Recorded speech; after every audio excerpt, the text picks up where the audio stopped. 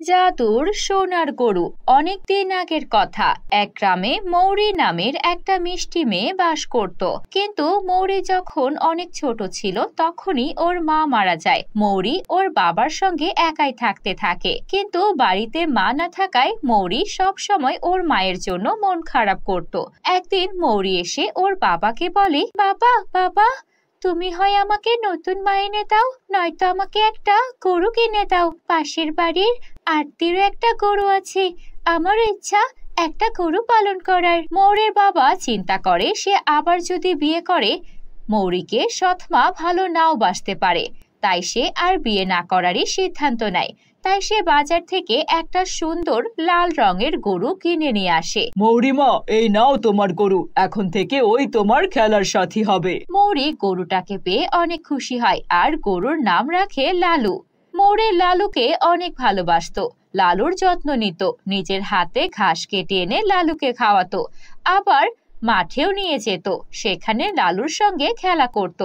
এভাবেই সময় কাটতে থাকে। কিন্তু মৌরি যখন স্কুলে যেত কিংবা বাসায় না থাকতো, তখন লালু পুরো গ্রাম শুদ্ধ ঘুরে বেড়াতো আর মানুষের বাড়ি ঘরে গোবর ফেলে নষ্ট করে আসতো। একদিন লালু চলে যায় জমিদার বাড়িতে, আর জমিদার বাড়ির বাগানটা গোবর দিয়ে নষ্ট করে ফেলে।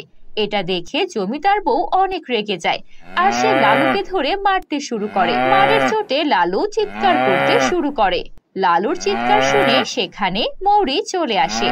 আরে আরে, আরে আরে, আপনি আমার গরুকে এভাবে মারছেন কেন? ছেড়ে দিন, ছেড়ে দিন, আমি কথা দিচ্ছি লালু আর আপনাকে বিরক্ত করবে না। আমি দরকার হয় বাগান নিজে পরিষ্কার করে দিচ্ছি, দয়া করুন।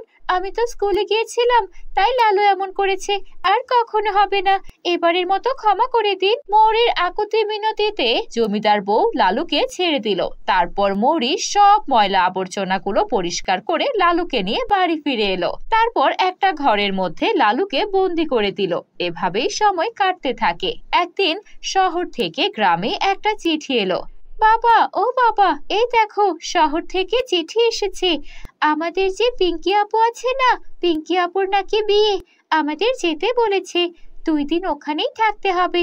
চলো চলো, আমরা ব্যাগপত্র গুছিয়ে নেই। তারপর মৌরি তার বড় আপুর বিয়ের জন্য প্রস্তুতি নিতে থাকে। এদিকে লালু বাড়িতে একাই থাকবে, এটাও তার চিন্তা হতে থাকে।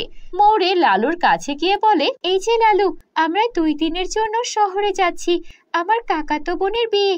তুই কিন্তু একদম দুষ্টুমি করবি না।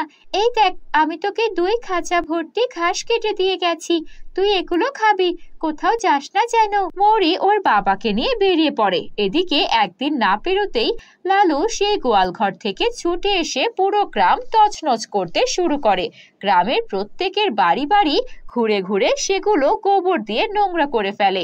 অবশেষে সে জমিদার বাড়িতে ঢুকে পড়ে আর জমিদার বাড়ির পুরো বাড়ি ঘর গোবর দিয়ে নোংরা করে ফেলে।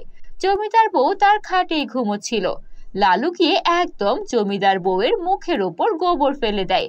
জমিদার বউ এতে ভীষণ রেগে যায় আর সে লালুকে দেখে অনেক জোরে জোরে মারতে শুরু করে। তোর এত বড় সাহস, ওই দিন তোকে ছেড়ে দিয়েছিলাম, আজ তুই কিনা আমার মুখের ওপর গোবর ফেলেছিস, তোকে আজ আমি মেরেই ফেলবো। জমিদার বউ লালুকে অনেক মারতে থাকে।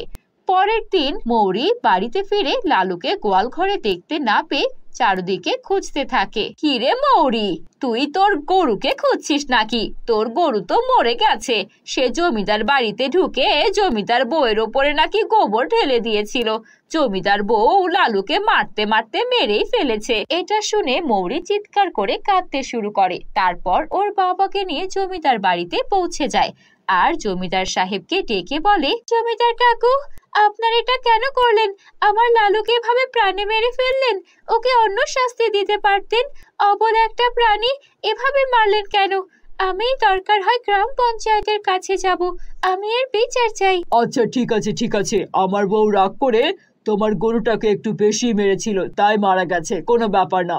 আমাদের গোয়াল ঘরে একটা গরু আছে, সেটা নিয়ে গিয়ে সেটাকে লালন পালন করো, ব্যাপারটা এখানেই শেষ করো। তারপর মৌরি গোয়াল ঘরে গিয়ে একটা কালো রঙের রোগা শোকা গরু দেখতে পায়। মৌরি ঠিক করে ওই গরুটাকে নিয়ে যাবে আর গরুটার যত্ন নেবে। মৌরি এই কালো রোগা শোকা গরুটার যত্ন নিতে থাকে। মৌরি গরুটার নাম রাখে কালু। কালু প্রথমে অনেক রোগা পাতলা হলেও মৌরির যত্নে আর তাজা তাজা ঘাস খেয়ে সে অনেক মোটা তাজা হয়ে যায়। একদিন মৌরি গরুটার দুধ ধোয়াচ্ছিল, তখন সে দেখে সাদা দুধের জায়গায় সেখানে সোনার দুধ পড়ছে। বাবা, দেখে যাও, আমাদের এই কালো জাদুর গরু, দেখো কেমন সোনার দুধ দিচ্ছে। মৌরির বাবা দেখে সত্যি সত্যি এগুলো সোনার দুধ। তারপর তারা বাবা মেয়ে সেই সোনার দুধ বিক্রি করতে থাকে, আর অল্প কিছুদিনেই সোনার দুধ বিক্রি করে তারা অনেক ধনী হয়ে যায়। তাদের নিজের একটা বড় বাড়ি করে ফেলে, নিজেদের গাড়ি করে ফেলে, টাকা পয়সার কোনো কমতি থাকে না। এসব কিছু যখন জমিদার বউ জানতে পারে, সে তখন তার স্বামীকে নিয়ে ওদের বাড়িতে পৌঁছে যায়। আমি শুনেছি আমাদের বাড়ি থেকে নেওয়া সেই কালো গরু নাকি সোনার দুধ দেয়, আর সেই দুধ বিক্রি করেই তোমরা ধনী হয়ে যাচ্ছ। আমাদের গরু এখন আমাদের ফেরত দাও, তোমরা অন্য গরু নাও। এটা কি করে হবে জমিদার কাকি? আপনি তো বলেছেন এই গরুটাকে আমাদের দিয়ে দিয়েছেন, তাহলে এবার গরুটাকে আমি লালন পালন করেছি, গরুটা এখন সোনার দুধ দিচ্ছে, এবার এটা আমার গরু, আপনাকে কেন দেব? শোনো, তোমার সঙ্গে আমি তর্ক করতে আসিনি, আমি এই গ্রামের জমিদারের বউ, আমার কথাই শেষ কথা। এই গরু আমার ছিল, আমারই থাকবে। এরপর জমিদার বউ জোর করে কালুকে তার সাথে নিয়ে চলে যায়। কালু চলে যাওয়ায় মৌরি অনেক কান্না করতে থাকে। এদিকে জমিদার বউ কালুকে তার বাড়িতে নিয়ে গিয়ে দুধ দোয়াতে শুরু করে, কিন্তু কালু এক ফোঁটাও দুধ দেয় না। আরে এটা কি হলো, এই গরুর থেকে দুধ কেন বেরোচ্ছে না? ওই মেয়ে তো ঠিকই সোনার দুধ বিক্রি করে, আমরা কেন পাচ্ছি না? অনেক চেষ্টা করেও কোনো সোনার দুধ তো দূরের কথা, এক ফোঁটা দুধও বের হয় না। উল্টো কালু পুরো বাড়ি শুদ্ধ লাফাতে থাকে আর যেখানে সেখানে গোবর ফেলতে শুরু করে। কিছুক্ষণের মধ্যেই পুরো বাড়ি গোবরে একাকার হয়ে যায়, আর এতটাই গোবরে একাকার হয় যে জমিদার ও জমিদার বউ হাঁটতে গিয়ে পা পিছলে পড়ে যায়, আর তাদের মাথায় অনেক জোরে আঘাত লাগে। সেই আঘাতে তাদের দুইজনের মাথা থেকে অনেক রক্ত বেরোতে শুরু করে, আর জমিদার বউ ও জমিদার সেখানেই মারা যায়। অন্যদিকে কালু আবারও মৌরির কাছে ফিরে আসে। কালুকে ফিরে পেয়ে মৌরি অনেক খুশি ছিল, আর কালুকে সে জড়িয়ে ধরে। এরপর থেকে কালু মৌরির কাছেই থাকতে শুরু করে, আর মৌরি কালুর সোনার দুধ বিক্রি করে ওর বাবাকে নিয়ে সুখে শান্তিতে জীবন কাটাতে শুরু করে।